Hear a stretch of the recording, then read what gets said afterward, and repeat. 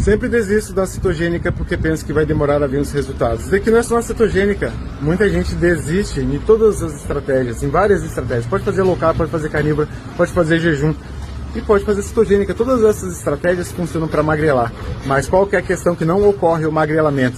A desistência. Por quê? A ansiedade para ver o resultado. Você deveria focar, na verdade, em vencer uma refeição de cada vez, vencer um dia de cada vez e comemorar cada uma dessas vitórias. E o resultado vai vindo aos pouquinhos. Ninguém engordou 50, 100 quilos em uma única refeição. Para emagrecer também não vai ser acertar em uma única refeição para colher todo o magrelamento de 10, 20, 30, 40, 50 quilos a menos, como é o resultado das minhas alunas aí. Beleza? Como é que elas fazem? Como é que a gente faz no desafio? Vence uma refeição de cada vez, vence um dia de cada vez, vence uma estratégia de cada vez e se afasta da balança.